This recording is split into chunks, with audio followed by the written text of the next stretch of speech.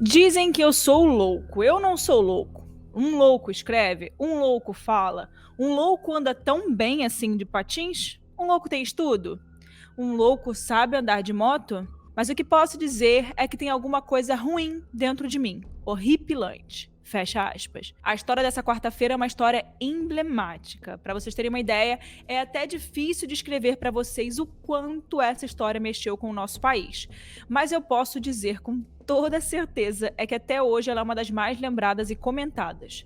Na época em que tudo isso aconteceu, a imprensa brasileira começou a cobrir esse caso enquanto dividia o espaço simplesmente com a cobertura da Copa do Mundo de Futebol da França em 1998, né? Vocês sabem o quanto o futebol é importante para o nosso país. Mas não se falava em nenhuma outra coisa naquela época. Enquanto os ânimos estavam ali com a derrota do Brasil para a França, os noticiários não falavam outra coisa a não ser a história bizarra de um serial killer solto pelas ruas de São Paulo.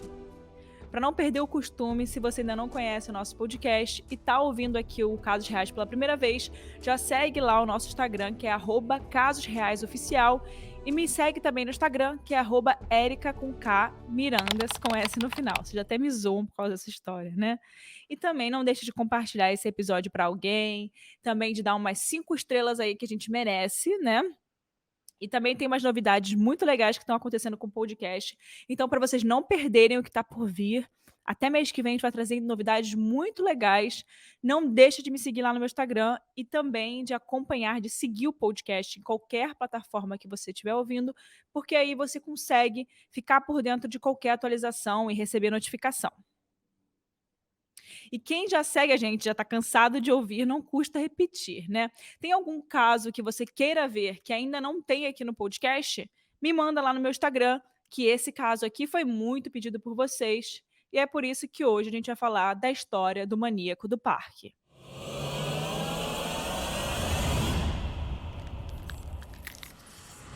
Na época. Bom, tudo começou entre os meses de janeiro a agosto de 1998. Nessa época, a polícia de São Paulo estava lidando com uma investigação que parecia não ter fim. Corpos de mulheres eram encontrados no Parque do Estado, que fica na zona sul da capital. Os corpos eram encontrados de joelhos, como se estivessem fazendo algum tipo de reverência, e com muitas marcas de violência sexual e mordidas. E quando casos assim acontecem, com características parecidas entre eles, a polícia já liga o radar. Isso porque qualquer semelhança entre os casos, seja a forma como os corpos são encontrados e seja a arma de crime, ou seja o lugar, pode ser um indicativo de assassinato em série. E nesse caso, muitas coisas acabaram se repetindo e a polícia se deu conta de que todas aquelas mesmas mulheres foram vítimas de um mesmo serial killer. Naquela época, como eu falei para vocês, a imprensa passou a cobrir esse caso enquanto estava ali acontecendo a cobertura da Copa do Mundo da França. A cada dia começavam a surgir corpos de mulheres com marcas de violência sexual iguais, enquanto as pessoas estavam acompanhando os jogos do Brasil pela televisão. Gente do céu, imagina um serial killer em São Paulo, né? A gente sabe que isso é muito famoso aqui nos Estados Unidos, né? Os Estados Unidos é famoso por ter serial killers, mas o Brasil não é famoso por isso, então isso deve ter assustado muito. Foi a mesma coisa quando aconteceu agora recentemente com aquele serial killer que agora esqueci o nome, mas enfim. Acontece que, nesse meio tempo, a polícia também estava recebendo algumas denúncias de estupro. Essas denúncias vinham de mulheres que também eram abusadas no mesmo lugar onde esses corpos estavam sendo encontrados, que era o Parque do Estado. E por causa de todos esses relatos, a polícia conseguiu montar um retrato falado e o rosto de um homem começou a estampar as capas de jornais, as ruas de São Paulo e os noticiários do Brasil inteiro. Em todo lugar você via a imagem do suspeito mais procurado do país, como ele foi chamado primeiramente naquela época. Não demorou muito para que o retrato falado ajudasse a encontrar o criminoso. O rosto de Francisco de Assis Pereira, de 30 anos, foi rapidamente conhecido, mas não antes dele conseguir fugir. E quando ele se deu conta, né, de que a cidade de São Paulo inteira estava procurando por ele decidiu fugir para o sul do Brasil, na tentativa dele não ser conhecido. Quando ele fugiu para o sul do país, ele procurou abrigo em troca de qualquer tipo de trabalho e mudou o seu nome para Pedro, porque assim ficava mais fácil para ele não ser identificado, mas não adiantou muito. Um pescador local acabou assistindo ao jornal e viu a foto do maníaco do parque. Naquele mesmo dia, ele achou aquilo um pouco estranho, falou: esse cara aqui me lembra alguém. Então ele foi conferir os documentos pessoais de Pedro, né, que era como ele estava se chamando lá, para poder ver se ele realmente poderia ser esse maníaco do parque. E quando ele viu que o Pedro, na verdade, não era Pedro, se chamava Francisco, o pescador ligou para a polícia na hora. Então, no dia 4 de agosto de 1998, a polícia de Itaqui, no Rio Grande do Sul, recebeu a denúncia de onde ele estava escondido. No dia seguinte, ele voltou para São Paulo e foi apresentado pela polícia paulista a toda a população. O maníaco do parque, o maior serial killer da história policial desse país. Repulsivo, aterrorizante, mas ao mesmo tempo instigante. Francisco de Assis Pereira, um motoboy de 30 anos, fez um país, fez o mundo inteiro perguntar: o que é que se passa dentro da cabeça e da mente de um rapaz razoavelmente inteligente, perspicaz, esportista? O caso estava tão grande pela mídia que assim que ele chegou em São Paulo, ele deu uma entrevista coletiva, gente, tipo uma celebridade mesmo. E nessa primeira entrevista, ele acabou negando todos os crimes. Antes da gente continuar essa história, eu vou abrir um parênteses aqui para a gente falar um pouco sobre quem é Francisco. Francisco, como muitos outros criminosos que a gente já trouxe aqui no Casos Reais, teve uma vida cheia de traumas, principalmente na infância, mas eu já falei isso e vou repetir. Quando a gente conta a história de vida desses criminosos, a gente não quer passar nenhum tipo de pano para essas pessoas. Muito pelo contrário. A gente não defende que uma vida difícil ou um trauma podem levar à criminalidade. Mas é um aspecto muito interessante, né, que a gente consegue reunir que a maioria desses casos, dessas pessoas que foram esse tipo de coisa e fizeram esse tipo de coisa na vida, tiveram algum trauma ou algum histórico complicado na infância.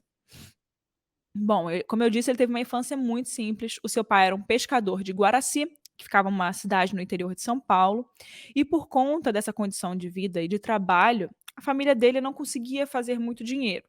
E por causa disso, muitas vezes o Francisco saía, ainda criança, para trabalhar com o pai e pegava alguns trabalhos que iam aparecendo para poder conseguir ajudar no rendimento da família. Então ele fazia o que ele podia ali para contribuir na renda da família. Uma informação bem interessante que a gente teve acesso é que na infância de Francisco, ele ficava em um matadouro observando os bois sendo abatidos, né?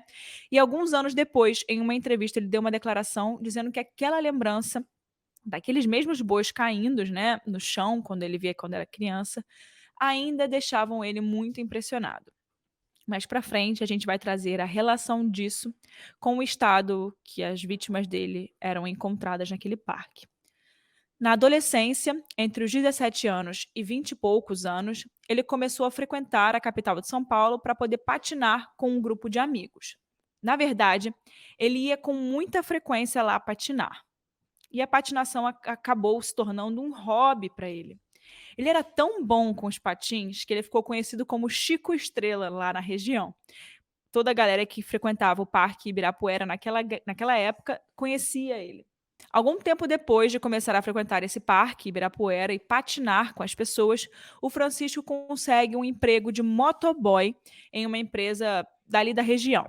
Alguns anos depois, o ex-chefe dele deu um depoimento contando que um dia um funcionário que trabalhava com o Francisco chamou ele de gay. E ele simplesmente espancou aquela pessoa no meio do trabalho. Ah, mas que fora isso, ele jamais iria desconfiar que o Francisco seria uma pessoa violenta. Ah, meu Deus. A pessoa espanca uma outra no trabalho, no meio, mas que fora isso, jamais iria imaginar que ele seria uma pessoa violenta. Mas, gente, isso é um belo de um sinal, né. Mas esse não foi o único episódio violento que ele protagonizou antes de ser conhecido no Brasil como Maníaco do Parque. Uma ex-namorada dele, na época do Francisco, né, quando ele não era conhecido, chamada Tainá, contou para a polícia que era vítima de violência sexual e física por ele. Ele era muito abusivo com ela, batia, obrigava ela a fazer, né, coisas com ele, enfim, ele era bem abusivo. Algum tempo depois disso, ele começou a abordar mulheres. Ele começou fazendo isso em lugares públicos, como pracinhas, metrô, parque. A gente não consegue saber exatamente como tudo começou, mas existem registros policiais de que 2 anos antes, em 1996, uma mulher afirmou ter sido violentada por ele. Nessa época, os relatos eram de estupro. Então a polícia conseguiu levantar um total de 23 vítimas de estupro naquela época. Mas a questão é que, quando tudo isso veio à tona, o Francisco não reconhecia esses crimes. Ele se negava a assumir todos esses estupros. Na verdade, quando ele foi pego pela polícia em 98, ele só assumiu os crimes onde ele tinha estuprado e matado as mulheres. Abre aspas, todas as mulheres que entraram comigo na mata não voltaram vivas. Fecha aspas. Meio que ele estava tentando afirmar a sua masculinidade ali, sabe? A gente também descobriu, por causa das investigações, que ele sofria de disfunção erétil e só conseguia ter ereção por curtos espaços de tempo. Quando a investigação buscou mais a fundo, né, a vida de Francisco, eles acabaram identificando algumas questões da infância que poderiam ter relação nesse desequilíbrio dele com o lado sexual.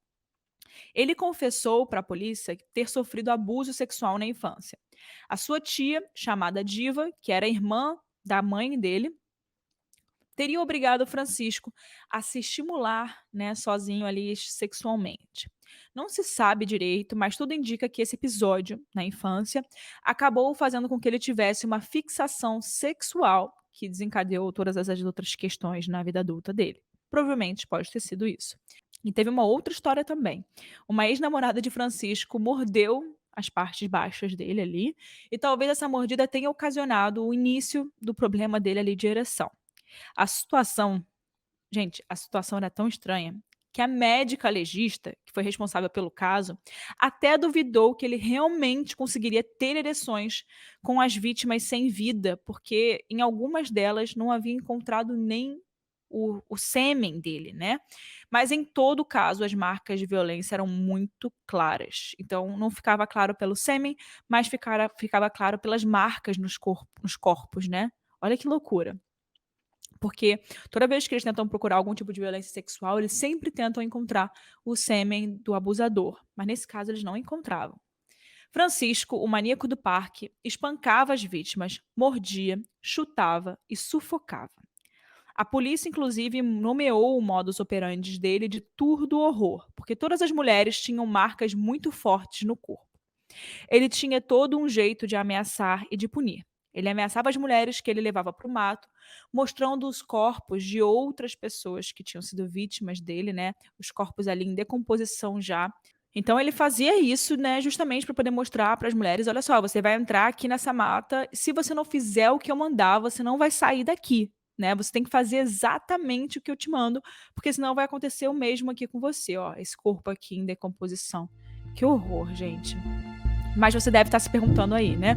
Como ele convencia as mulheres a irem para o parque, né? Porque quando elas já estavam lá no parque com ele, ele fazia isso e aí ele mostrava ali como é que estavam os corpos e que elas tinham que ficar quietinhas, que senão elas iam morrer. Mas como é que ele conseguia levar essas mulheres até o mato, né? O Francisco era conhecido por seus colegas como um cara cheio de lábia. Normalmente esse tipo de pessoa né, gente? Sabe muito bem comunicar, sabe como persuadir a pessoa. Bem manipulador mesmo, dizem que o Francisco era. Ele era aquele tipo de pessoa perigosa, mas que ninguém conseguia desconfiar. Então, qual era a ideia? Ele chamava as mulheres para serem modelos de uma marca de beleza, ou seja, tirarem fotos ali. Nossa, que legal! Você vai lá, você vai tirar uma foto, você vai ganhar um dinheiro. E com isso ele criava a esperança, né? E que era quase que uma oferta irrecusável. Então, ele via uma mulher na rua, abordava essa mulher, falava que trabalhava para uma agência e oferecia um trabalho para essa mulher. Dizia que ela seria modelo de fotos por um dia e que o pagamento era X, né? Gente, para mim isso é muito triste. Ele brincava com a esperança das pessoas, né? Ele criava uma expectativa, uma esperança. A mulher falava: "Nossa, que legal, vou fazer um dinheirinho a mais. Será que eu sou tão bonita assim?", sabe? Que coisa ruim, gente, que coisa ruim. E o fim era esse, sabe? Quando ela aceitava, ele a levava para o Parque do Estado, mais ou menos no final da tarde, por volta de umas 6, dizendo que tinha toda uma equipe esperando por eles, né, para tirarem as fotos quando eles chegassem lá. E quando eles chegavam, claramente não tinha ninguém. E aí ele a espancava, torturava, estuprava e, por fim, estrangulava essa mulher com alguma corda ou cinto, ou alguma outra coisa que a pessoa, a vítima, estivesse usando. Depois de tirar a vida dessa mulher, ele ficava lá com aquele corpo, né, fazendo várias coisas. A última vítima do maníaco do parque, antes dele ser preso, foi uma mulher chamada Selma. O corpo dela foi o primeiro a ser encontrado, na verdade. Um menino estava procurando uma pipa no Parque do Estado e ele deu de cara com o corpo dela. A polícia militar acabou sendo chamada e começaram as investigações. Uma informação importante sobre o corpo da Selma, quando ele foi encontrado, foi que o maníaco do parque colocou ele de 4 apoios depois dela ter sido morta. Também foram encontradas várias mordidas pelo corpo inteiro. Ele chegou a confessar que gostava de arrancar a pele com mordidas.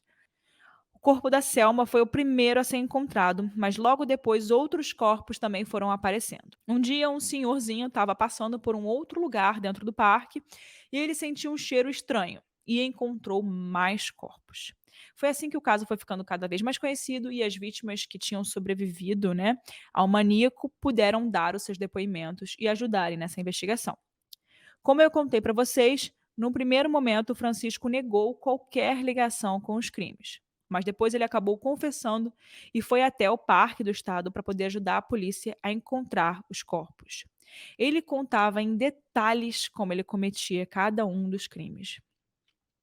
Apesar dele ter sido nomeado maníaco do parque, os especialistas que trabalharam no caso destacavam que a palavra maníaco é usada incorretamente pela mídia. Uma pessoa maníaca é toda aquela que possui manias, como, por exemplo, roer unhas, comprar compulsivamente, ter atitudes quando está em uma crise de ansiedade e por aí vai. Então, o termo maníaco não era muito bem o que Francisco representava. Ele era um psicopata. Psicopata tem plena condição de entender racionalmente as proibições, né, da vida, as regras. Ele sabe o que é certo e o que é errado, mas ele não tem nenhum tipo de vínculo afetivo e emocional em relação a isso. É obcecado. O psiquiatra Paulo Argarati Vasquez, que fez o laudo oficial do maníaco do parque, ele concluiu que o Francisco ele é semi-imputável. Isso quer dizer que ele tinha noção da gravidade dos crimes, mas que ao mesmo tempo ele não tinha controle sobre as suas ações. Ele faz uma observação interessante, lembrando que assim como os bois que ele via sendo, né, abatidos na infância, as vítimas eram sempre encontradas de joelho, assim como os bois. Bizarro, né? Teve uma entrevista, inclusive, que o maníaco do parque chegou a contar, né, entrevistaram o maníaco do parque. Foi fantástico que fez essa entrevista. E ele disse como ele cometia todos esses crimes. Ele disse que ele escutava uma voz maligna que mandava ele fazer todas aquelas coisas. Em um dos trechos dessa entrevista, ele fala assim, abre aspas, eu senti uma coisa em mim, uma vontade. Eu não sei que vontade era essa, mas era uma vontade. Uma vontade de alguma coisa. Eu não saía. Eu saía como se fosse para caçar alguma coisa. Dizem que eu sou louco. Eu não sou louco. Fecha aspas. No fim das contas, aconteceram 4 julgamentos entre 2001 e 2002. Mas os juízes decidiram o contrário do que os laudos afirmavam, que Francisco é imputável.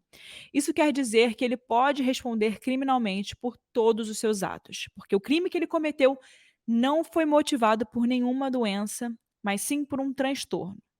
Ele foi preso e condenado a 285 anos, 11 meses e 10 dias de reclusão. Mas e atualmente, né? Como está Francisco Pereira? Bom, ele segue seguindo a sua pena, mas hoje em dia ele está na penitenciária Orlando Brando Filinto, em São Paulo, que é uma unidade prisional própria para os atores de crimes sexuais. Ele não gosta de interagir com outros presos, então ele se recusa a praticar esportes durante o banho de sol, que é aquele momento que os presos saem das celas e vão pegar sol, né? Ficam no pátio. Ele se tornou uma pessoa sedentária por não querer fazer esse tipo de esporte e acabou desenvolvendo um quadro de obesidade. Hoje em dia ele tem aproximadamente 1,70 de altura e pesa em torno de 100 quilos. Tricô e crochê são as atividades diárias dele. Segundo os agentes penitenciários, todos os dias ele passa horas sentado sozinho no pavilhão do presídio, bordando tapetes e toalhas para o banheiro. Ele tem o hábito de ler a Bíblia todos os dias e também frequenta o culto evangélico pelo menos uma vez por semana. Mas, de uma forma geral, ele não apresenta problemas disciplinares e só rompe o seu isolamento, né, durante o período que ele permanece dentro da cela, que ele divide com outros 11 prisioneiros. Em cada cela existem 9 camas de concreto, que são chamadas de pedra, na linguagem dos presos. E 3 detentos são obrigados a dormir no chão, que é chamado de praia pelos presidiários. O Francisco, por ser um dos mais antigos ali na prisão, ele tem o privilégio de dormir em uma das pedras, que fica com um colchonete bem fino. Os servidores do presídio dizem que ele não recebe visitas. Nos primeiros anos em que ele ficou preso, no final dos anos 90, alguns parentes chegaram a visitá-lo, mas essas visitas logo pararam alguns meses depois. Em dezembro de 2000, ele chegou a ser dado como morto em uma rebelião na Casa Custódia de Taubaté, que foi o primeiro lugar que ele foi, né, preso. Nessa época, os presos se rebelaram e pediram melhores condições da prisão, que era apelidada de campo de concentração. Imagina como não era, né? Alguns detentos, inclusive, foram mortos e decapitados durante essa rebelião, mas o líder da rebelião entendeu que se o maníaco do parque fosse morto naquele momento, a imprensa só falaria da sua morte e não divulgaria a reivindicação dos presos. Depois dessa rebelião, ele foi transferido para a penitenciária de Itaí, onde, acreditem se quiser, o maníaco do parque começou a receber várias cartas de mulheres que se declaravam para ele.